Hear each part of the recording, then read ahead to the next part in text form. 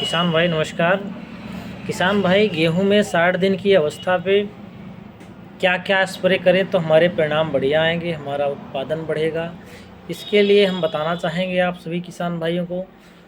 इफ़को का आता है 05234 mono potassium phosphate, 0% nitrogen, 52% phosphorus, 34% potash होता है, जो कि हमारे 60 दिन की अवस्था में बहुत ज़्यादा आवश्यकता होती है फास्फोरस और पोटास की।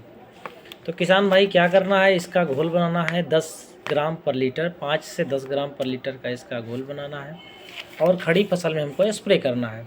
इसी के साथ किसान भाई हमारा एक आता है सागरिका तरल, जो कि लिक्विड फॉर्म में होता है, दानेदार में भी आता है। 10 किलो का दानेदार आता है और 25 किलो का आता है। और लिक्विड में आप इसको 250 से 500 ml पर एकड़ मिला के आप स्प्रे कर सकते हैं।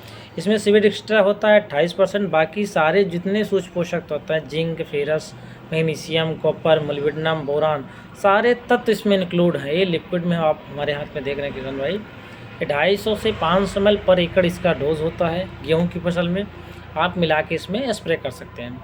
और किसान भाई बताना चाहेंगे आप सभी को, अगर हम आप दानेदार यूरिया देना चाहते हैं 60 दिन की अवस्था पे, तो किसान भाई दूसरी बार, अगर आप पहली बार यूरिया दानेदार दे चुके हैं तो दूसरी बार किसान भाई दानेदार यूरिया का उपयोग ना करें। दानेदार यूरिया का न उपयोग करने का कारण क्या है, तो उसमें सुसुप्ता मतलब पौधा इतनी तेज़ी से बढ़ जाता है कि गिरने के चांसेस ज़्यादा रहते हैं। तो जब हम आप नाइट्रोजन ज़्यादा दे देते हैं तो गिरने के चांसेस ज़्यादा रहते हैं। तो किसान भाई आप लोग हमारे हाथ में देख रहे हैं, इफ़को का ये नैनो यूरिया तरल है, ये लिक्विड है, 1 बोरी यूरिया के बराबर है। बस क्या करना है, हम आप दानेदार यूरिया बिखेरते हैं, इसको हमको पर्णी छिड़काव करना है। तो किसान भाई इसके बारे में समझ लीजिए, जैसे पूरी फसल में 1 बोतल लगेगा लगभग 1 एकड़ की फसल में, तो इसका सोल्यूशन बनाना है 4 ml पर लीटर के इस हिसाब से आप घोल बनाइए।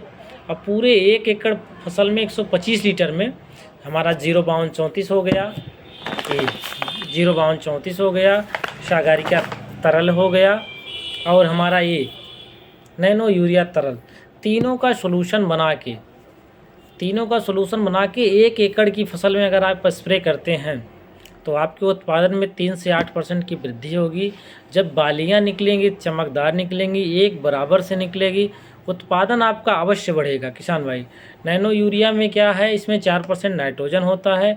1 बोरी यूरिया को ये रिप्लेस कर सकता है। जितने में हम आप 1 बोरी यूरिया, अगर हम आप 100 किलो यूरिया दानेदार का बिखेरते हैं तो उसमें से मात्र 30 किलो यूरिया काम में हमारे आता है। लेकिन ये लिक्विड हमारा नैनो यूरिया तरल का अगर आप स्प्रे करते हैं तो 85 से 90% इसकी क्षमता है। पौधा एब्जर्व कर लेता है कोशिकाओं के माध्यम से, पौधे में छोटे छोटे रंध्र होते हैं, स्टोमेटा के माध्यम से पौधे को जितनी नाइट्रोजन की आवश्यकता होगी किसान भाई, उतनी नाइट्रोजन ये नैनो यूरिया तरल से प्राप्त कर सकता है। किसान भाई नैनो यूरिया तरल का अवश्य स्प्रे करें। धन्यवाद किसान भाई।